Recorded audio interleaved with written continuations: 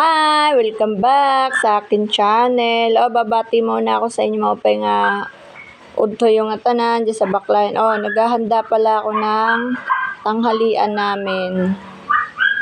Ayan guys, nakikita nyo. Alam mo naman ng mga nanay, pagdating ng paggising, ayan na agad. Ako naman paggising ko, naliligo muna ako, tapos nag-ayos ako sa sarili ko. Ayan, tapos ayan na. Inahanda ko na yung almusal at tanghalian namin, guys. Yan, inaayos ko na yung mga lamesa. Tapos na ako magluto. Ang ulam pala namin dyan, adobo na manok, tsaka adobong puset, tsaka yung mga gulay kahapon, tsaka nung isang araw, ininit ko na naman. Ayan, naglalagay ako ng mga plato. Ganyan talaga mga nanay. Handa mo ang pagkain. Ayan. Yan, tinataklob ko na yung mga plato, yung mga kutsara, nilalagay ko na sa placemat tsaka sa lamesa, guys. Ayan, yan, ganyan talaga ang mga nanay. Ayan, di pa tapos, inaayos pa yung lamesa. Yan, pinapakita ko sa inyo yung aking, sa araw-araw sa ginawa ng Diyos, ayan ang aking gawain, pagising sa umaga. Yan. Ayusin ang almusal at tanghalian. Ayan, guys. Ayan. Ayan, kinuha ko na yung, sinando ko na yung adobo namin na ulam. Lagay ko na sa lamesa.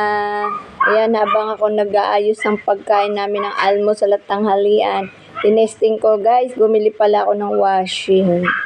Kasi, magpapasukan na.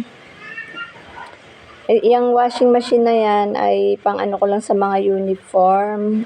Kasi,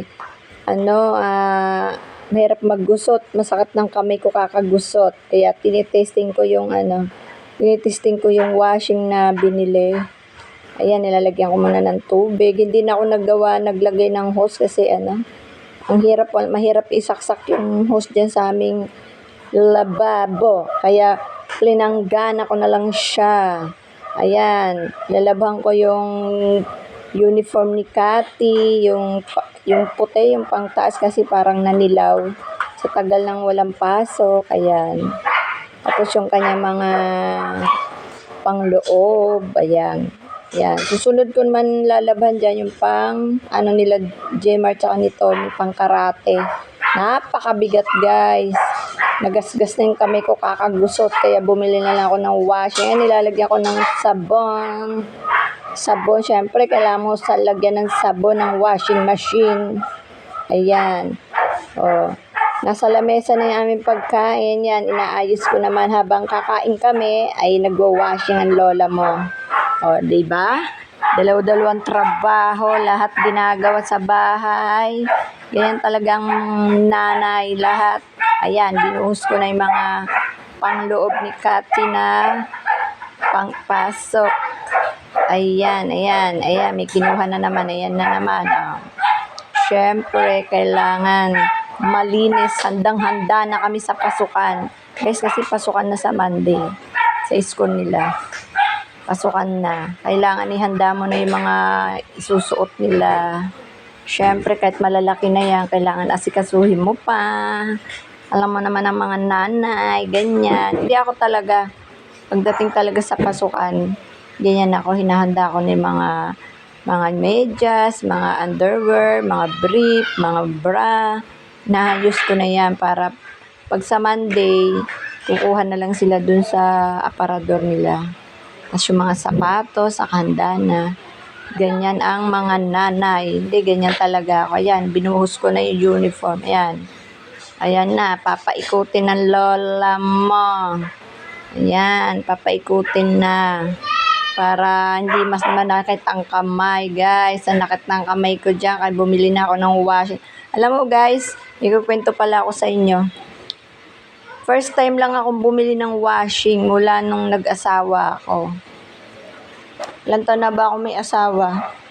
38 years o 39 years?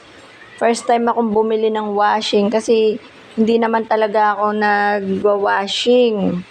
Siyempre, ang lola mo, medyo nakakaluwag-luwag naman sa buhay.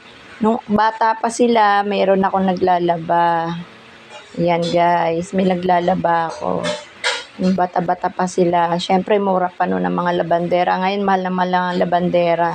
Tapos nitong medyo may edad-edad ng lola mo, medyo nagpapa-washing, nagpapa-laundry. Yan, kakain na kami guys. Guys, ito pala yung aming pagkain ngayong tanghalian at ng almusal. Paano, papaalam na ko sa inyo. Bye!